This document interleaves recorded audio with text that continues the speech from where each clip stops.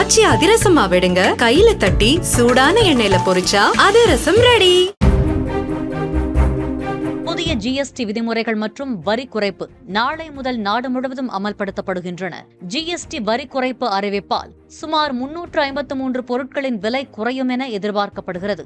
வரி குறைப்பால் மத்திய அரசுக்கு 2 லட்சம் கோடி ரூபாய் அளவுக்கு இழப்பு ஏற்பட்டாலும் பணப்புழக்கம், உள்ளூர் நுகர்வு, அத்தியாவசிய பொருட்களின் உற்பத்தி, வேலைவாய்ப்புகள் அதிகரித்து நாட்டின் பொருளாதாரம் உயரும் என மத்திய நிதியமைச்சர் நிர்மலா சீதாராமன் தெரிவித்துள்ளார். 5 விதமாக இருந்த வரி விதிப்பு முறை 5, 18 மற்றும் 40% என 3 விதமாக ஒருங்கிணைக்கப்பட்டுள்ளன.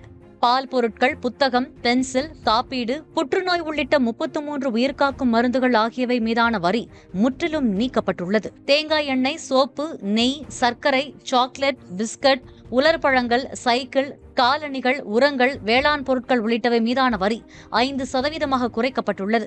வாஷிங் மிஷின், தொலைக்காட்சிகள், சிறிய வகை கார்கள், இருசக்கர வாகனங்கள், சிமெண்ட் உள்ளிட்டவை மீதான வரி 18% குறைக்கப்பட்டுள்ளது. கார்பனேட்டட் குளிர்பானங்கள், எஸ்யூவி மற்றும் சொகுசு கார்கள், புகையிலை பொருட்கள் உள்ளிட்டவற்றின் மீது 40% வரி விதிக்கப்பட்டுள்ளது. ஆச்சி அதிரசமா விடுங்க, கையில தட்டி சூடான எண்ணெயில பொரிச்சா அதிரசம் ரெடி. பிளே ஸ்டோர் மற்றும் ஆப் ஸ்டோரில் இருந்து பாலிமர் செயலியை QR கோடு மூலம் பதிவிறக்கம் செய்யுங்கள். செய்திகளை உடனுக்குடன் பெறுங்கள்.